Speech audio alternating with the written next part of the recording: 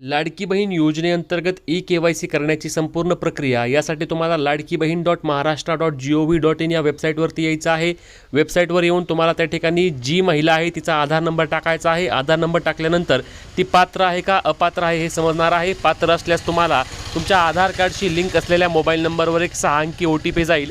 तो OTP त्या ठिकाणी जाऊन तुम्हाला परत पुढे जायचं आहे। त्यानंतर महिलेने पतीच्या नावाने फॉर्म भरला आहे का वडिलाच्या नावाने फॉर्म भरला आहे ते तुम्हाला त्या ठिकाणी त्यांचा आधार नंबर टाकायचा आहे। पतीचा किंवा वडिलांचा आधार नंबर टाकल्यानंतर त्यांच्या आधार कार्डशी लिंक असलेल्या मोबाईल नंबरवर एक OTP जाईल। तो OTP देखील तुम्हाला त्या ठिकाणी टाकायचा आहे आणि दोन्ही OTP टाकल्यानंतर तुम्हाला खाली जाऊन तुमची जात निवडायची आहे आणि त्यानंतर तुमच्या कुटुंबामध्ये कोणीही सरकारी नोकरीला नाही किंवा तुमच्या कुटुंबामध्ये एक विवाहित आणि एक अविवाहित अशा दोनच महिला लाभ घेतात यावर तुम्हाला टिक करायचं आहे आणि टिक केल्यानंतर तुमचा लाडकी बहीण योजनेअंतर्गत ई-के-वाय-सी कन्फर्म होणार आहे। सर्वांना बंधनकारक असणार आहे।